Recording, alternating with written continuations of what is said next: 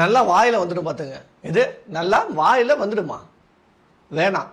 ஒரு முதல்வர் பேசுற பேச்சா? சரி ரைட்டு. நல்லா வாயில வந்துடும். என்ன வாயில வந்துடும்? இப்ப வள்ளுவருக்கு காவி சாயம் பூசுறாங்க ஆளுநர் மாளிகையில. அதுக்கு உங்க வாயில எதுவும் வரல. மேகதாது அணை கட்டுவேன்னு சொல்லி டி.கே. சிவகுமார் சொல்றாரு. அதுக்கு உங்க வாயில எதுவும் வரல. தமிழ்நாடு முழுவதும் மின்சார பற்றாக்குறை ஏற்பட்டு பல இடங்களில் மின்வெட்டு இருக்கு. சென்னை போன்ற பெருநகரங்கள்ல பெரிய பாதிப்பு ஏற்பட்டிருக்கு. அதை பத்தி பேசுறதுக்கு உங்க வாயில எதுவும் வரல. மும்மொழி கொள்கை PMCல கையெழுத்து போடணும்னு சொல்லி உங்க மாநில அரசுக்கு ஒன்றிய அரசு நிர்பந்திக்குது. அதை பத்தி பேசுறதுக்கு உங்க வாயில எதுவும் வரல. மேகதாட்டு அணையை கட்டுவேன்னு சொல்ற டி.கே. சிவகுமார் விஜய் ஒரு இம்மெச்சூர்டு பொலிட்டிஷியன் என்று சொல்றது. விஜயோட காங்கிரஸ் கூட்டணியில இல்ல, இந்திய நேஷனல் காங்கிரஸ் இல்ல, TMC தான் இருக்குன்னு விஜய் காரி துப்புறாரு D K. Shivakumar. Mister Vijay is a immature politician.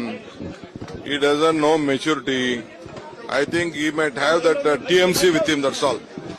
Indian National Congress is not with him. அவரை பத்தி பேசுறதுக்கு வாயில எதுவும் வரல. ஆனா தற்குறின்னு சொல்லிட்டா வாயில வந்துருமா? ஆமா, தற்குறி தான். உங்களுக்கு 1,70,00,000 பேர் தான் வாக்கு செலுத்திருக்கான்.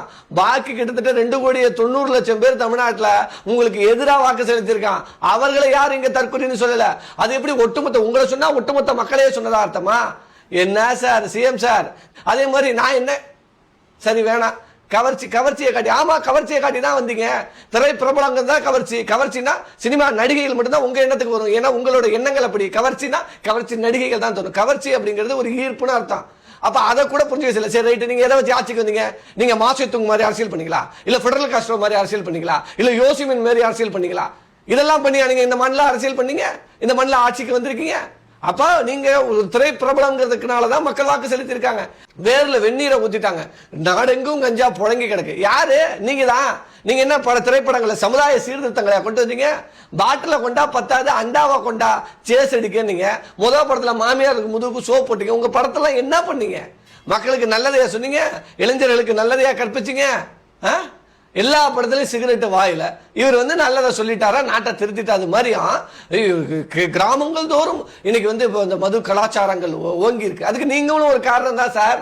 அதை முதல்ல தெரிஞ்சுட்டு பேசுங்க. இன்னைக்கு ஆட்சி உங்கள்கிட்ட தான் இருக்கு, காவல்துறை உங்கள்கிட்ட தான் இருக்கு. நீங்க தான் கட்டுப்படுத்தணும். இன்னும் கொட்டச்சாமி எந்திரிங்கிற மாதிரிலாம் எங்களை சொல்ல வச்சிடாதீங்க சார்.